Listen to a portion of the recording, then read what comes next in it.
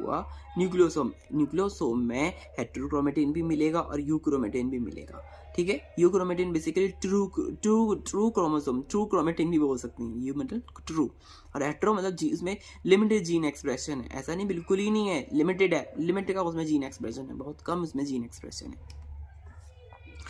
Histone H1 है। Histone H1 की अगर बात करें, ये क्या करता है, हिस्टोन H1 एक ऐसा, यहाँ पर एक ऐसा स्ट्रक्चर है, देखिए ऐसा स्ट्रक्चर होता है कि ये और भी ज़्यादा टाइट करता है। देखिए जैसे मैंने यहाँ बोला कि सॉल्ट की कंसनट्रेशन अगर बढ़ा दी तो उसमें हिस्टोन H1 ऐसे बाइंड करेंगे। हिस्टोन H1 क्या करेगा, इसको और टाइट करेगा, और टाइट करेगा तो क्या हो जाएगा, 30 नैनोमीटर का एक न्यूक्लियोसोम बन जाएगा। 30 नैनोमीटर का न्यूक्लियोसोम जो होता है वो बहुत ही कंडेंस्ड न्यूक्लियोसोम होता है बेसिकली, है ना। और 30 नैनोमीटर फाइबर जो होते हैं उसमें दो प्रकार के मॉडल होते हैं, वो अभी हम डिस्कस करेंगे। पहले मैं यहाँ पे आपको बता देता हूँ हिस्टोन H1 के बारे में। ये फर्दर टाइट करता है,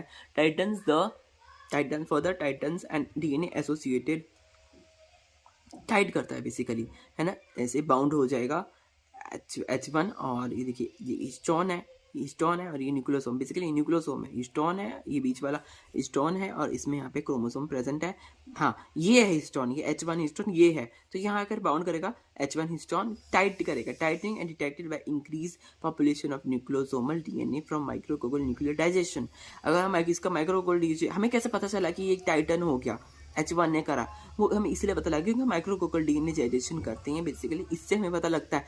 ये टेक्निक जो मैंने आपको पहले बताई माइक्रोकोकल डीएनए डाइजेशन की, वो टेक्निक से हमें पता लगता है कि कितना यहाँ पर टाइटनिंग हुई है, ठीक है, कितना टाइटनिंग हुई है। तो बियॉन्ड 147 बेस पेयर तो इसका न्यूक्लियोसोम का